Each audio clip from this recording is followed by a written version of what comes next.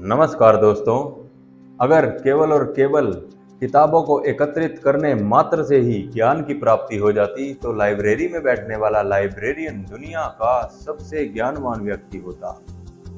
किताबें बेचने वाला बुक सेलर दुनिया का सबसे ज्ञानवान व्यक्ति होता, लेकिन ऐसा नहीं होता। ज्ञान प्राप्ति के लिए एक अलग माध्यम है, अलग प्रोसीजर है जिसको फॉलो करना पड़ता है। अध्ययन, अध्यापन, अभ्यास और व्यवहार जैसी प्रक्रियाओं से गुजरना पड़ता है। ठीक इसी प्रकार रिसोर्सेज को एकत्र करने मात्र से ही, संसाधनों को एकत्र करने मात्र से ही कोई भी राष्ट्र अमीर नहीं हो जाता, विकसित नहीं हो जाता, उन्नति नहीं करने लग जाता, उसकी अर्थव्यवस्था ग्रो नहीं करने लग जाती, बल्कि रिसोर्सेज को यूटिलाइज करना पड़ता है, यूज करना पड़ता है, उसको उपयोग करना पड़ता है, उपयोग में लाना पड़ता है, मेंटेन करना पड़ता है, सिक्योर करना पड़ता है।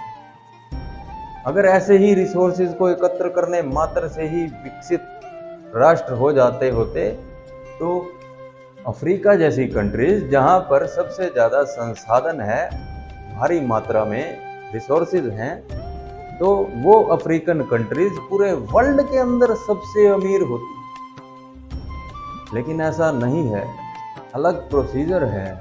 ठीक इसी प्रकार आज भारत के पास भारी मात्रा में यूथ है, डेमोग्राफी है, ह्यूमन रिसोर्स है।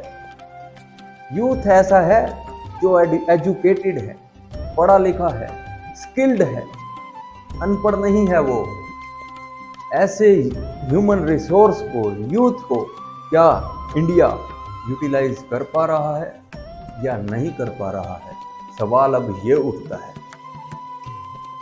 आज भारी मात्रा में यूथ ड्रेन हो रहा है। हमारा यूथ पढ़ा लिखा, एजुकेटेड दूसरी कंट्रीज में जा रहा है।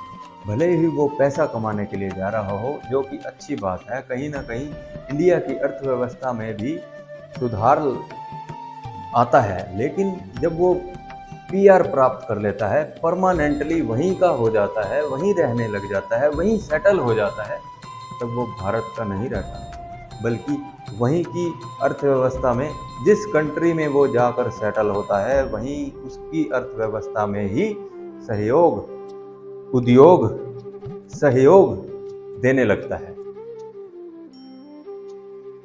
जिस माँ बाप ने, जिस भारत राष्ट्र ने बड़ा किया, उनकी शिक्षा पर इतना पैसा खर्च किया, वो एजुकेटेड यूथ, वो ह्यूमन रिसोर्स आज इंडिया के लिए नहीं बल्कि किसी और कंट्री के लिए काम करने लगा। तो क्या इंडिया ने ह्यूमन रिसोर्स का उपयोग किया? क्या उस अपॉर्चुनिटी का पूरा फायदा उठाया या वो अवसर गवा दिया? सवाल ये उठता है।